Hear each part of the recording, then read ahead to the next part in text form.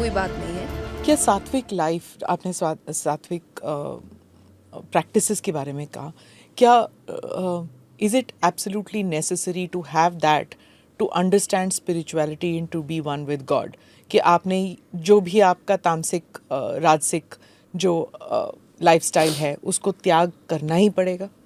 नहीं करना पड़ेगा, बट ये एक हर्डल है।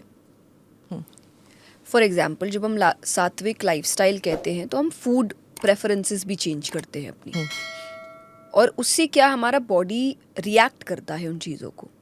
एक कामनेस जो आपको भगवान से जुड़ने में चाहिए, मेडिटेशन के लिए चाहिए, पढ़ने के लिए चाहिए। जैसे अभी आपने कहा 3 मिनट से ज़्यादा हमारा कंसंट्रेशन है ही नहीं, हम तुरंत, पर आप ये 3 मिनट में तो भगवत गीता बंद करके नहीं रख सकते ना। करेक्ट। आपको वो कंसंट्रेशन चाहिए, वो पेशेंस चाहिए। कई बार फूड हैबिट्स भी वो क्रिएट करती है, साइंटिफिकली प्रूवन बातें हैं ये, कि खाना आपके बॉडी को चेंज करता है, आपके हार्मोन्स को चेंज करता है, मेंटली भी आप क्या फील कर रहे हो वो कई बार खानों से भी लिंक्ड होता है। तो सात्विक लाइफस्टाइल इज़ कि जब आप ऐसी चीज़ें करने की कोशिश कर रहे हो जहाँ आपको कंसंट्रेशन की ज़रूरत है, पेशेंस चाहिए, तो ये सारी चीज़ें करोगे तो हेल्प मिलेगा। ओके। नहीं करोगे तो हर्डल्स है, प्रॉब्लम होगी, छोड़ दोगे जल्दी। फिर भी ये नहीं कहूँगी कि नहीं किया तो भगवान मिलेंगे ही नहीं, ऐसी कोई बात नहीं है। प्रॉब्लम बहुत होगी आपको ही होगी। तो इट्स बेटर कि आप कर लो। कोई लोग कहे कि हम डे 1 पे नहीं कर पाते, इट्स ओके। जब आप यहाँ आओगे ना, धीरे धीरे आप खुद करने लगोगे। मैं बच्चों से यही कहती हूँ कि मैं आपको नहीं कह रही कि आप सब कुछ छोड़ दो, आप अभी जो कर रहे हो सब करते रहो। Just add chantings to your life, और add listening to bhajans sometimes, और maybe just reading 1 shloka of Gita ji. What I know is, जैसे जैसे उनका इंटरेस्ट बढ़ेगा, धीरे धीरे वो खुद ये चीज़ें करने की कोशिश करेंगे। और वो कौन सा एज होता है जब इंसान सबसे ज़्यादा रिसेप्टिव होता है, और वो कौन सा स्टेज होता है जब you are not receptive at all? मतलब चाइल्डहुड, अडल्टहुड, या फिर वृद्धावस्था में कहाँ पे होता है कि आप सोचते हैं कि इतने बैरियर्स हैं कि निकल नहीं सकता इंसान? I think the best time इस चीज़ में घुसने के लिए इज चाइल्डहुड। मिट्टी गीली है, आप कोई भी शेप बना दोगे। जब सूख जाती है, वो शेप ले चुकी है, अब आपको उसको दूसरा शेप देने के लिए तोड़ना पड़ेगा, which is very painful. Mentally, emotionally, physically, it's very तोड़ना पेनफुल। खुद पड़ेगा, मतलब कोई और नहीं कर सकता। नहीं, कोई और भी करेगा तो उसको भी, जैसे अब कोई गुरु के पास भी पीड़ा आप वहाँ गए, पे भी होगी। हाँ, उनको भी बहुत परेशानी होने वाली है। उनको शायद कभी बहुत स्ट्रिक्ट होना पड़ेगा, या कभी उनको बहुत सुनना पड़ेगा, क्योंकि सामने वाला एक रिबेल बन चुका है, उसके अंदर ऑलरेडी बहुत ओपिनियंस है कुछ चीज़ों को लेकर। उनको चेंज करना एक टास्क होगा बहुत बड़ा।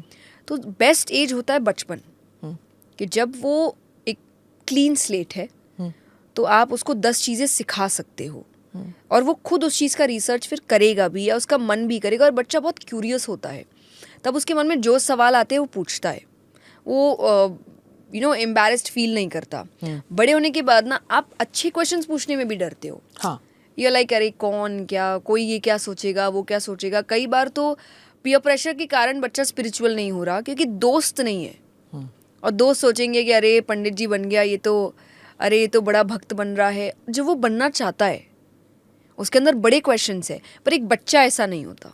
बच्चा खुलेआम पूछेगा। जैसे हम आज बच्चों से मिलते हैं, बच्चे ऐसे ऐसे क्वेश्चंस करते हैं।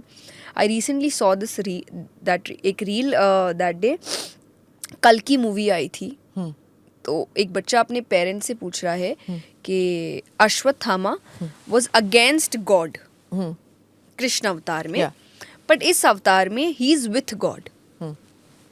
तो he is like, very good, या आपने एकदम सही लिया मूवी को। But then he is like, but papa, so the one who was against God is with God, so क्या इसका मतलब है कि जो उस वक्त गॉड के साथ थे, लाइक अर्जुन, लाइक भीम और पांडव, वो अब अगेंस्ट हो जाएंगे? ये भी तो हो सकता है। हाँ। And the father was like, I don't know. मतलब आप उनका लेवल देखिए सोच का, एक छोटे बच्चे का। मतलब वो इतनी सोच रख रहा, अब वो यहाँ नहीं सोच रहा कि मेरे को पापा डांटेंगे या मेरे बारे में, उसके मन में क्वेश्चन आया, उसने पूछ लिया। ये बेस्ट एज है बच्चों को सिखाने की। वो अपने क्वेश्चंस भी आपके सामने रखेंगे, और वो आपको बहुत कुछ सिखाएंगे। आप भी जो बहुत अंधविश्वास में पल रहे होंगे ना, वो आपकी सारी पट्टियाँ खोलेंगे 1 मिनट में। मेक्स यू रीथिंक समटाइम्स जब बच्चे आपसे सवाल पूछते हैं? बिल्कुल, मुझे अच्छा लगता है और मैं बहुत ओपनली उनको एक चीज़ कहती हूँ कि मुझे नहीं पता इसका आंसर, मैं पता करके बताती हूँ। जो एक और उनके अंदर कॉन्फिडेंस लेके आता है कि it's okay to not know things. हाँ, ओह गॉड, दैट्स ट्रू।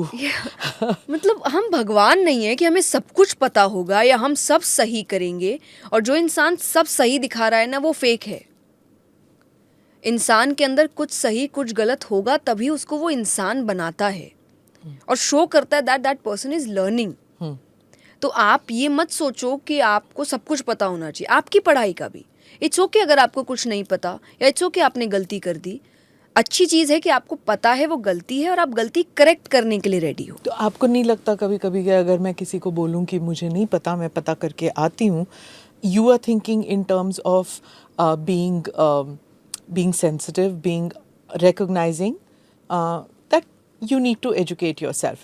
लेकिन doesn't it make you feel कि वो सोचेगा कि ये कहाँ से स्पिरिचुअल लीडर है, इनको तो इतना भी नहीं पता, मेरे सवाल का जवाब नहीं पता? वो ये नहीं सोचते। मतलब मुझे आज तक ऐसा कोई यूथ नहीं मिला जो मुझे कहे अरे आपको नहीं पता, बट मुझे बहुत ऐसे लोग मिले हैं जो मुझे क्रिटिसाइज़ कर रहे हैं कि तो फिर आना नहीं था इस फील्ड में। I am like should I wait till 50-60 कि मुझे पूरी ज़िंदगी पता होगी and then I will be like I will become a speaker now. So the thing is, मेरे लिए ज़रूरी क्या है, मेरे प्रिंसिपल्स क्या है। तो मुझे शायद यही चेंज लाना है कि सब चीज़ जानना ज़रूरी नहीं है, बच्चों के अंदर ये समझ लेकर आनी है। हाँ. तो अगर उसके लिए मुझे कोई और क्रिटिसाइज कर रहा है, I am okay with the criticism. हाँ. I have that power that I don't want to leave this place. This place is very important to me because I know the kind of change this place can bring. तो मैं इसको तो नहीं छोड़ूंगी, आप कितना ही कर लो। I like that attitude कि मैं इसको तो नहीं छोड़ूंगी।